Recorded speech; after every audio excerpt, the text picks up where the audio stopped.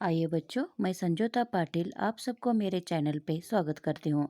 बच्चों, आज हम वसंत भाग 3 में से पाठ दूसरा लाख की चूड़ियाँ इसका तीसरा पैराग्राफ हम आज पढ़ने वाले हैं।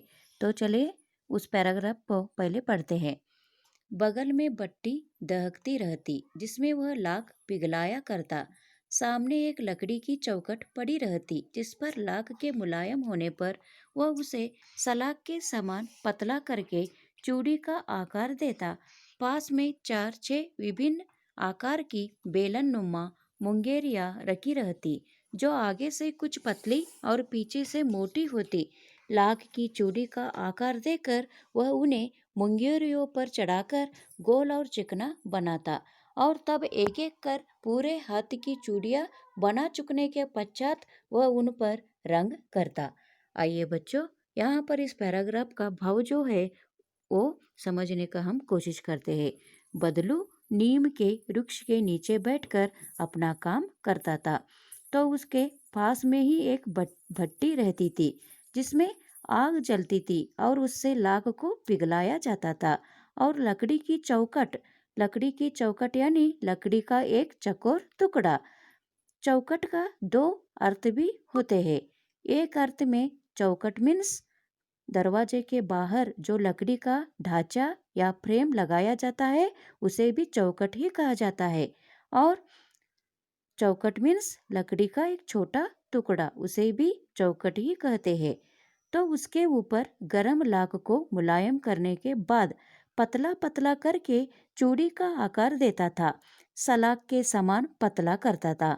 सलाख यानी किसी भी धातु के छड़ को सलाख कहते हैं।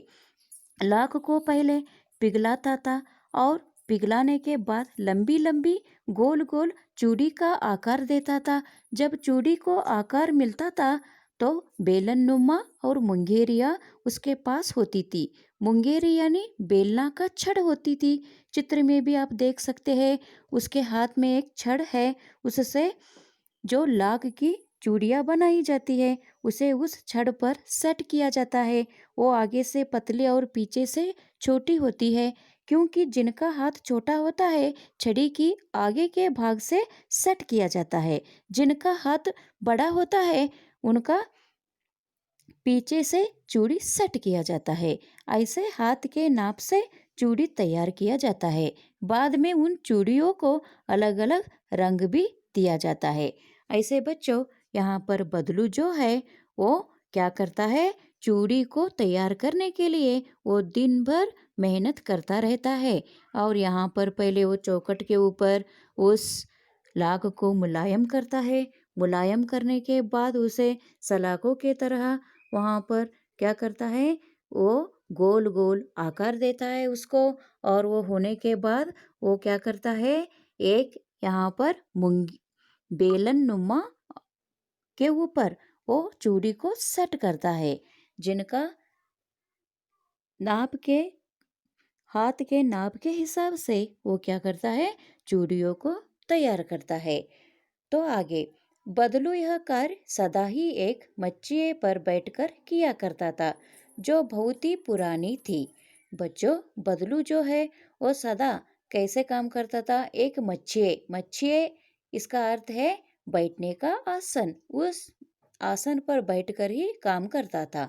वो मच्छिया बहुत ही पुराना था। बगल में ही उसका हुक्का रखा रहता जिसे वह बीच बीच में पीता रहता। बगल में क्या करता है, कभी कभी हुक्का पीता है और वो चूड़ियों को बनाता है। थोड़ा हुक्का पी पी पी कर चूड़ियों को ऐसे बनाता हुआ वो दिन भर काम में लगे रहता है। गांव में मेरा दोपहर का समय अधिकतर बदलू के पास बीतता था। लेखक जी का ज्यादातर समय किसके पास बीतता था, बदलू के पास ही। वह मुझे लल्ला कहा करता। लेखक जी को बचपन में बदलू क्या कहा करता है, लल्ला करके पुकारता था।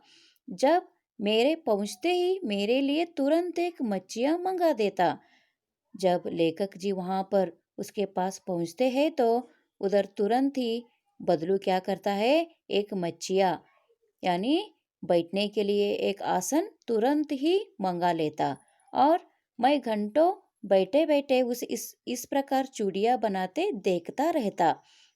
यहाँ पर लेखक जी क्या करता है, घंटे घंटों तक वो बैठकर वो कैसे चूड़ियों को बनाता है, वो कैसे लाख को मुलायम करता है, मुंगेरियों पर चढ़ाकर उसे मुलायम करके गोल गोल आकार देता है, बाद में उसे बेलन के ऊपर कैसे सेट करता है, ये सब देखता था। लगभग रोज ही वह 4-6 जोड़े चूड़ियाँ बनाता। पूरा जोड़ा बना लेने पर वह उसे बेलन पर चढ़ाकर सेट करता। तो बच्चों, यहाँ पर लेखक जी लिखते हैं, बदलू क्या करता है, लगभग रोज कितने चूड़ियों का जोड़ा बनाता है, यहाँ पर चार, चार यानी 8 चूड़ियों को बनाता है। कभी कभी वो 6 जोड़े को बनाता है, 6 जोड़े यानी इधर 12 चूड़ियों को बनाता है। ऐसे वो दिन भर कड़ी मेहनत करने के बावजूद भी कितने चूड़ियों को तैयार करता है, केवल 8 या 12 चूड़ियों को तैयार करता है। इस प्रकार वो दिन भर अपने काम में लगे रहता था। पूरा जोड़ा बना लेने पर वह उसे बेलन पर चढ़ाकर सेट करता था। तो बेलन का जो आगे का भाग रहता है उसमें छोटे छोटे चूड़ियों को डालकर सेट करता था, और पीछे का भाग जो है उसके ऊपर वो बड़े बड़े मोटे मोटे चूड़ियों को डालकर वो सेट करता था। ऐसे सुंदर तरीके से सेट करके उसे सजावट करके वो क्या करता था, वो बेचने के लिए रखता था उधर। बदलू जो है अपना काम में ऐसे लगा रहता था। तो आगे कुछ क्षण चुपचाप देखता रहता, मानो वह बेलन न होकर किसी नववधु की कलाई हो। तो इधर बदलू क्या करता है, पहले उन सभी चूड़ियों को बेलन के ऊपर सेट करता है। सेट करने के बाद उसे आगे पीछे देखता रहता है, क्योंकि जिस प्रकार एक नववधु दुल्हन जो है अपने हाथ की कलाई को देखती है कि वो चूड़ियों को, सुहाग की चूड़ियों को पहनने के बाद जिस प्रकार वो हाथ को आगे पीछे देखती है ना, उसी प्रकार वो सुंदर दिख रहा है कि नहीं, अच्छा हुआ है कि नहीं, ऐसे वो बदलू भी क्या करता था, आगे पीछे सभी ऊपर नीचे चारों ओर देखता था। बदलू मनिहार था। मनिहार का मतलब है ए चूड़ी पहनाने वाला या चूड़ी तैयार करने वाला, उसे मनिहार कहा जाता है। चूड़ियाँ बनाना उसका पैतृक पेशा था। पैतृक मीन्स यहाँ पर पूर्वजों से आया हुआ एक उद्योग धंधा, उसे पैतृक कहा जाता है। इनके पिताजी भी वही काम करते थे, इनके पिताजी का पिताजी भी वही काम करते थे, इनके पिताजी का दादाजी भी वही काम करते थे। तो सभी घर वाले यही काम करते हुए आए थे, उसे पैतृक पेशा कहा जाता है। वास्तव में वह बहुत ही सुंदर चूड़ियाँ बनाता था। ये बहुत ही वास्तव है कि वो सच में ही बहुत सुंदर सुंदर चूड़ियों को बनाता था। उसकी बनाई हुई चूड़ियों की खपत भी बहुत थी। बदलू जो चूड़ियों को बनाता था उसका बिक्री भी बहुत ज़्यादा होती थी, उसका मांग भी बहुत थी। उस गांव में तो सभी स्त्रियां उसकी बनाई हुई चूड़ियां पहनती ही थी। आसपास के गांवों के लोग भी उससे चूड़ियां ले जाते थे, परंतु वह कभी भी चूड़ियों को पैसों से बेचता न था। देखिए बच्चों, यहाँ पर तो गांव में जितने भी स्त्रियां रहती थी, उतने सभी स्त्रियां बदलू के बनाए हुए उस लाख की चूड़ी को ही पहनते थे। तो यहाँ पर उतना ही नहीं, आसपास के गांवों के लोग भी यहाँ पर चूड़ी लाने के लिए इसके पास ही चले आते थे।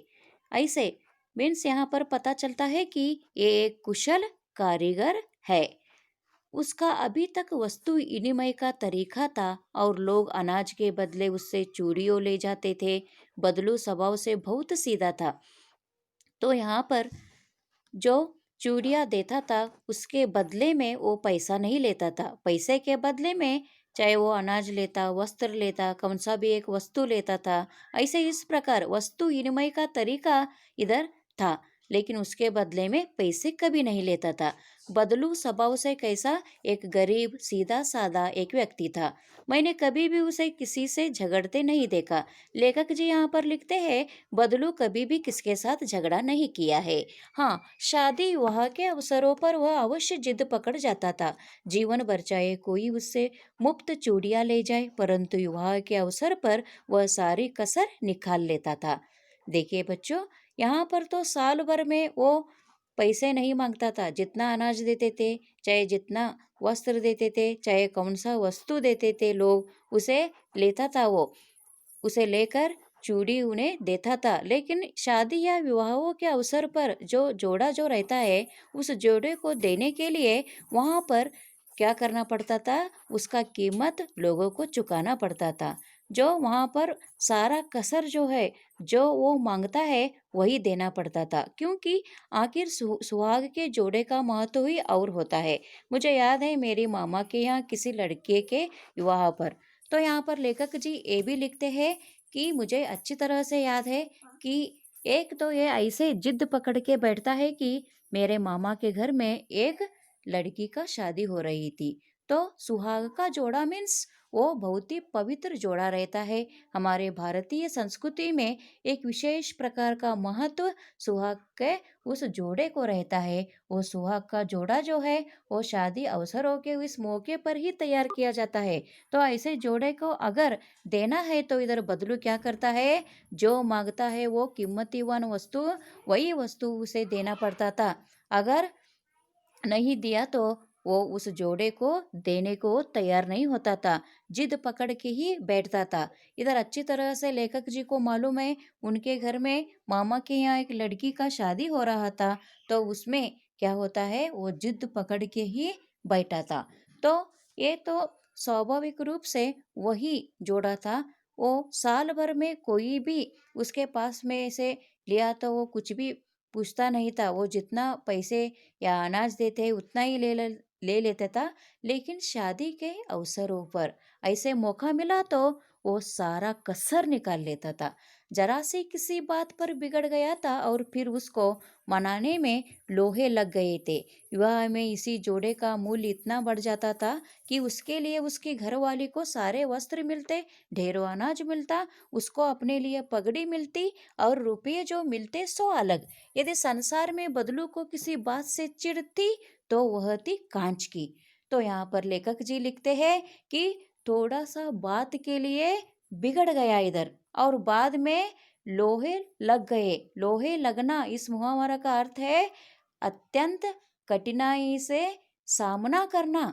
ऐसे जिद पकड़ के बैठा, वो लेते देते दम तक वो शादी का जोड़ा जो है वो देने को तैयार नहीं था। तो ऐसा जिद पकड़ गया था वो, एक बात बिगड़ गई थी उधर, इसलिए तो विवाह में उसे क्या क्या मिलता था, उसे इतना मूल्यवान वस्तुएं उसे मिलती थी। तो उसकी घरवाली को सारे वस्त्र मिलते थे, ढेरों अनाज मिलता था, उसको अपने लिए एक पगड़ी भी मिलती थी, और रुपये जो मिलते सो अलग। ऐसे इस प्रकार उसे अलग अलग रूप से उसे क्या मिलता था, ऐसे शादी के अवसरों में, विवाहों के अवसरों में ऐसे वस्तुएं उसे मिलते थे। यदि संसार में बदलू को किसी बात से चिढ़ थी तो वह थी कांच की। तो यहाँ पर बदलू ज्यादा से ज्यादा तो संसार भर में किसी व्यक्ति से वो ईर्ष्या नहीं करता था। वो केवल उसे ईर्ष्या थी, यानी कांच से। कांच से ही वो ईर्ष्या करता था, क्योंकि बदलू कौन सा चूड़ी बनाता है, लाख की चूड़ी। तो यहाँ पर यदि किसी भी स्त्री के हाथों में उसे कांच की चूड़ियां दिख जाती तो वह अंदर ही अंदर कूट उठता, और कभी कभी तो दो चार बातें भी सुना देता। अगर गांव में कोई भी स्त्रियां कांच के चूड़ी पहने नजर आए बदलू को, तो अंदर ही अंदर थोड़ा जलता था। जल कर वो क्या करता था, दो चार बातें उनसे किया करता था, क्योंकि मैंने जो लाख का चूड़ी तैयार करता हूँ यही अच्छा है, इसे छोड़कर आप लोग कांच के चूड़ी पहनते हैं करके वो गुस्से में आकर दो चार बातें किया करता था। लेकिन वो झगड़ालू नहीं था। मुझसे तो वह घंटों बातें किया करता, लेखक जी से घंटों तक बातें किया करता है। कभी मेरे पढ़ाई के बारे में पूछता, कभी मेरे घर के बारे में, और कभी यूं ही शहर के जीवन के बारे में।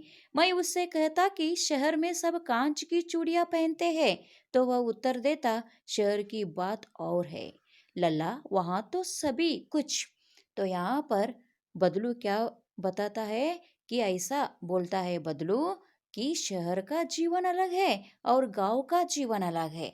क्योंकि यहाँ पर तो गांव का जीवन में तो बहुत कठिनाई से स्त्रियों को काम करनी पड़ती है। यहाँ पर खेत को जाना पड़ता है, तो सब रसोई बनानी पड़ती है, और ज़्यादा कठिन कठिनाई से काम करनी पड़ती है। तो शहर में शहर में इतना काम नहीं रहता है, तो वहाँ के लोग जो है वो कांच की चूड़ी पहन सकते हैं।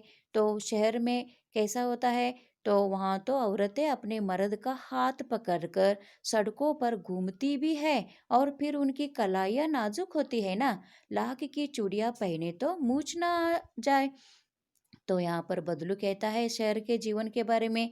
तो शहर में रहने वाले औरत के क्या करते हैं, औरत अपने मर्द के हाथ पकड़कर सड़कों पर घूमती भी है, और उनकी कलाई कैसी होती है, नाजुक होती है। तो नाजुक कलाई पर तो कांच की चूड़ी अच्छा लगता है, इसलिए तो वे लोग पहनते हैं। लेकिन इधर गांव के लोग तो बहुत कठिनाई से काम करते हैं, तो उन्हें अच्छा नहीं लगता है करके ऐसे वो कहा करता था। कभी कभी बदलू मेरी अच्छी खासी खातिर भी करता। जिन दिनों उसकी गाय के दूध होता, वह सदा मेरे लिए मलाई बचा कर रखता। और आम की फसल में तो यहाँ पर लेखक जी लिखते हैं, कभी कभी बदलू मेरे अच्छा क्या करता है, खातिरदारी करता है। कैसे कि गाय के दूध होता है, तो वो सदा क्या लेखक जी के लिए मलाई बचा कर रखता है। अगर खेत में से आम की फसल आ गई, तो वो अपने घर वाली को पहले ये बात वहाँ पर कहता कि लल्ला के लिए 7-8 आम रखो करके भी वो कहा करता था। ऐसे लेखक जी को बहुत खातिरदारी करता था, और इसलिए तो लेखक जी को ये बदलू बहुत अच्छा व्यक्ति लगता था। और वो सिर्फ वही नहीं, तो यहाँ पर लेखक जी को बदलू क्या करता है, हर रोज एक एक लाख से बनाई हुई रंग बिरंगी गोली को तैयार करके भी देता था। तो इसलिए तो यहाँ पर लेखक जी को बदलू बहुत अच्छा व्यक्ति लगता था। ज्यादा से ज्यादा समय उसके साथ ही लेखक जी क्या करते थे, बिताते थे। तो इस प्रकार जब भी वो अपने मामा के गांव चले जाते थे, तब उसके पास ही जाते थे वो।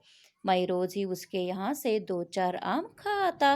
परंतु इन सब बातों के अतिरिक्त जिस कारण वह मुझे अच्छा लगता, वह यह था कि लगभग रोज ही वह मेरे लिए 1-2 गोलियां बना देता। यहाँ पर लेखक जी लिखते हैं, मैं तो रोज 2-4 आम उसके पास जाकर मैं खा लेता था। परंतु इन सब बातों के अतिरिक्त मुझे ये बदलू क्यों अच्छा लगता था, क्योंकि वो मेरे लिए 1-2 गोलियां हर रोज बना के देता था लाख से, इसलिए मुझे वो बहुत अच्छा लगता था। मैं बहुधा हर घर गर्मी की छुट्टी में अपने मामा के यहाँ चला जाता, और एक आधा महीने वहाँ रहकर स्कूल खुलने के समय तक वापस आ जाता।